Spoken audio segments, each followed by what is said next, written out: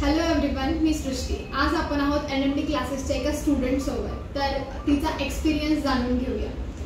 हाय Ujjwala. Hello Srushti. तर तू इथे डेटा एनालिटिक्स कोर्स केला, राईट? Yes right. तुझा एक्सपिरियन्स काय आहे? सो मी जॉईन केलं होतं 2024 एप्रिलमध्ये आणि तेव्हापासून तर आतापर्यंत मी म्हणू शकेल की हा माझा one of the best experience आहे। Because the quality of teachers, the quality of study material म्हणा किंवा the quality of teachers experience, त्यांचं जे कम्युनिकेशन आहे आमच्यासोबत, ते 1 to 1 कम्युनिकेशन ते खूप भारी आहे। म्हणजे कुठेच ते लॅक करत नाही in terms of students and teachers communication म्हणा कुठल्याच प्रकारचं, तर ते कुठेच लॅक करत नाही। आणि सो मी तर पहिल्यांदा सांगेल की मी स्वतः नॉन-टेक बॅकग्राऊंडमधला आहे, बट जेव्हा मी इथे टीचर्ससोबत कम्युनिकेशनचे सगळे टूल्स शिकलेले, तर मला वाटलंच नाही की मी नॉन टेक्निकल बॅकग्राऊंडमधून डिरेक्टली जम्प मारते आणि एवढं चांगलं मी परफॉर्म केलं आहे टेक्निकल टूल्समध्ये।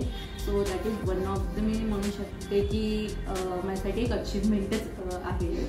सो ते पण डिपेंड करतं की तुम्ही किती ग्रास्प करता आणि टीचरसोबत तुमचं कम्युनिकेशन कसं आहे।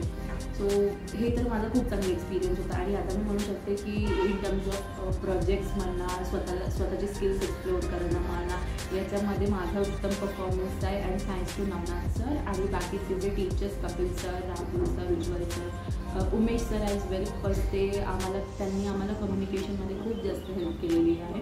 सो त्यांच्यामुळे पण माझा जो ग्रामर आहे इंग्लिशमधलं, एक HR कम्युनिकेशन आहे, ते खूप जास्त चांगलं झालेलं आहे। So thank you Umesh sir. आणि बाकी जर म्हटलं गेलं सो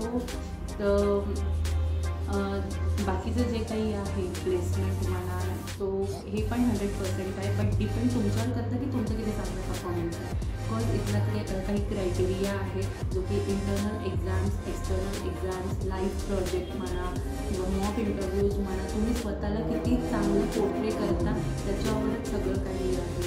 एकदा तुम्ही हे सगळे क्रायटेरिया पास केले सो तुम्हाला 100% प्लेसमेंट भेटणं ही माझी गॅरंटी आहे। So thank you so much.